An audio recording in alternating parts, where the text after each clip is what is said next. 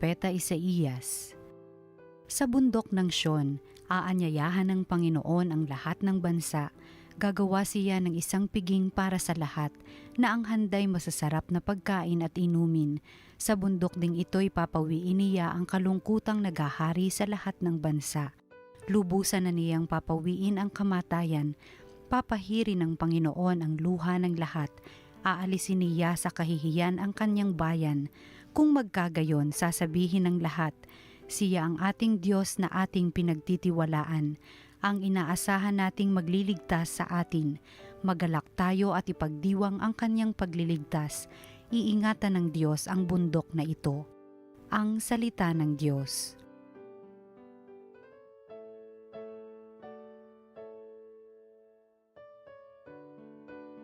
Lagi akong mananahan sa bahay ng Poong Mahal. Panginooy aking pastol, hindi ako magkukulang. Ako'y pinahihimlay sa mainam na pastulan at inaakay niya ako sa tahimik na batisan. Binibigyan niya ako niyong bagong kalakasan. Lagi akong mananahan sa bahay ng Poong Mahal. At sangayon sa pangako na kaniyang binitiwan, sa matuwid na landasi doon ako inaakay. Kahit na ang daang iyo'y tumatahak sa karimlan, hindi ako matatakot pagkat ika'y kaagapay. Ang tungkod mo at pamalo ang gabay ko at sanggalang. Lagi akong mananahan sa bahay ng Poong Mahal. Sa harapan ng lingkod mo, ikaw ay may handang dulang. Ito'y iyong ginagawang nakikita ng kaaway. Nalulugod ka sa akin na ulo ko ay langisan at pati na ang kalis ko ay iyong pinaaapaw. Lagi akong mananahan sa bahay ng Poong Mahal. Tunay na ang pag-ibig mo at ang iyong kabutihan sa saakit tataglayin habang ako'y nabubuhay. Doon ako sa templo mo lalagi at mananahan. Lagi akong mananahan sa bahay ng Poong Mahal. Pagbasa mula sa sulat ni Apostol San Pablo sa mga taga-Filipos. Mga kapatid, naranasan ko ang maghikahos, naranasan ko rin ang managana.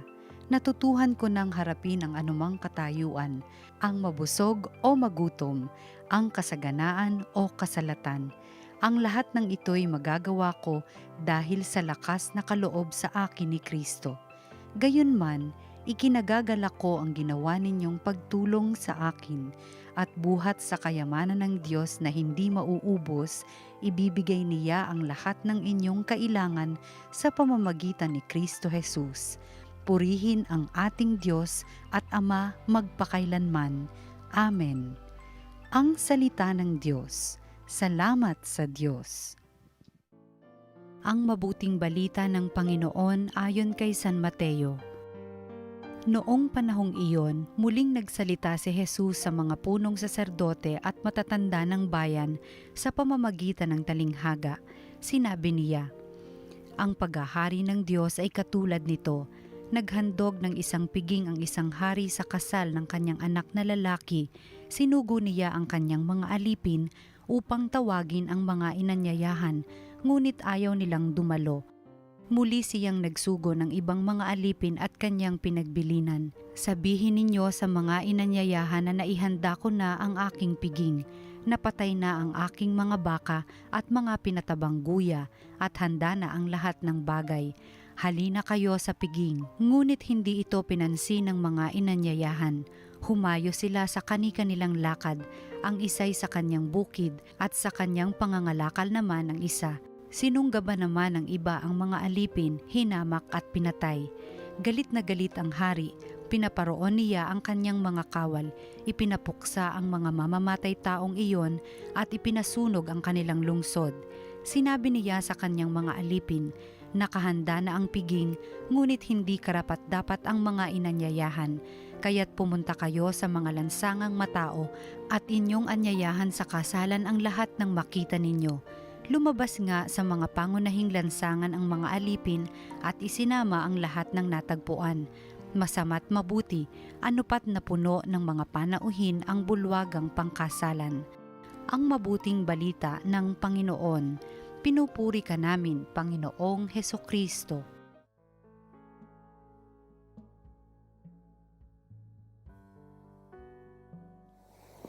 Marami mga larawan sa karaniwang karanasan na ginagamit sa Biblia upang ipahiwatig at ipaabot sa atin ang mga spiritual na katotohanan. Ngayong linggo, ang larawan na ginagamit sa unang pagbasa natin sa Ebanghelyo ay isang piging. Isang salo-salo, isang party. Karaniwang karanasan ito ng mga tao na dumadalo sa isang handaan. Maging ito ay kasalan, o birthdayhan, o anniversary, o blessing. Masaya ang handaan. Maraming pagkain, masagana, maraming tao. Ang piging o handaan ay nagpapahiwatig ng kaharian ng Diyos. Ito ay masaya, masagana, at marami ang nabibilang dito. Sa unang pagbasa na galing kay Propeta Isaías, ito'y mangyayari sa bundok ng Panginoon sa Sion. Hindi lang ito para sa mga Hudyo, ngunit para sa lahat ng bansa. Masaya doon at wala ng kalungkutan. Wala na doon ng kamatayan at papahiranan ng Diyos ang lahat ng luhaang mata. Ito ang kaligtasan na gagawin ng Diyos para sa lahat. Sa ating Ebanghelyo, ang party ay inihanda ng hari. Ito'y handaan sa kasal ng kanyang anak. Kaya malaking party ito. Pero ang masama, ang mga inanyayahan ay hindi dumating. Hindi nila pinahalagahan ang hari at ang kanyang inihanda. Mas inuna pa nila ang mga sariling lakad nila. Ang masama ay bago naghanda ang hari, nagpasabi na muna siya sa mga aanyayahan kung dadalo sila. At nagpaalam sila na sila'y darating. At noong handa na ang lahat at kinakauna sila na pumunta, iba ang pinuntahan nila. Pero hindi nagpatalo ang hari. Ayaw niya na ma-frustrate. Matutuloy ang kasalan. Tuloy ang kasayahan. Kaya nagpatawag ng ibang mga tao sa lansangan at napuno din ang handaan. Ang kaligtasan na inihanda ng Diyos ay hindi mabibigo. Matutuloy ito, pero hindi lang ito mararanasan ng mga tumatanggi sa imbitasyon niya. Tayo po ang inimbitahan sa handaan ng Diyos. Matutuloy ang piging sa langit. Kasama ba tayo ron? Maging kasama tayo doon kung dito sa lupa, tumutugon na tayo sa piging na patuloy na inihahanda ng Diyos. Ang banal na misa. Ito ang lingguhang pagdiriwang natin ng kaligtasan. Sama-sama tayo dito na nagpupuri at nagpapasalamat sa Diyos. Ikinagagalak natin ang pag-aalay ni Jesus ng kanyang sarili. Dumadalo ba tayo dito? Ini-enjoy ba natin ang banal na misa? Pero kung dadalo tayo sa misa, dapat handa tayo na makiisa. Ang damit na pangkasal ay tanda ng ating paghahanda sa kasalan. Ang taong hindi nakadamit pangkasal ay gate crusher. Hindi siya nakikiisa sa kasalan. Kung tayo ay nasa banal na misa, makiisa tayo dito at hindi lang nagmamasid o nanunood. Lalo na ihanda natin ang ating sarili spiritually. Kahit na wala tayo magandang damit, pero kung spiritually handa tayo, maganda. Hindi naman damit ang mahalaga. Maging malinis sana ang puso natin. Makakatagpo din natin ang Diyos. Ang Diyos ay banal. Hindi tayo makalalapit sa banal na Diyos kung hindi tayo nagsisikap na maging banal.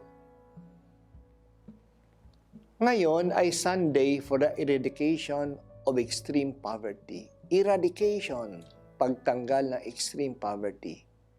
Marami ang mga taong mahihirap. Talaga lang dyan ang kahirapan sa mundo. Pero sana, mawala na ang extreme poverty, ang lubos na kahirapan. Sino ba ang nasa extreme poverty? Yung mga nabubuhay below sa poverty line.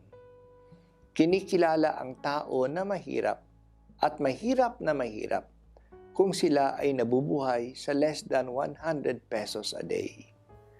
Walang trabaho, hindi nakapapagamot, may mga sakit, at ang iba ay walang pagkain, walang malinis na tubig, walang kuryente. Sana mawala na ang mga ganitong kalagayan. Labanan natin ang matinding kahirapan. Tulungan na mahihirap. Ito'y isang paanyaya din ng Diyos sa atin.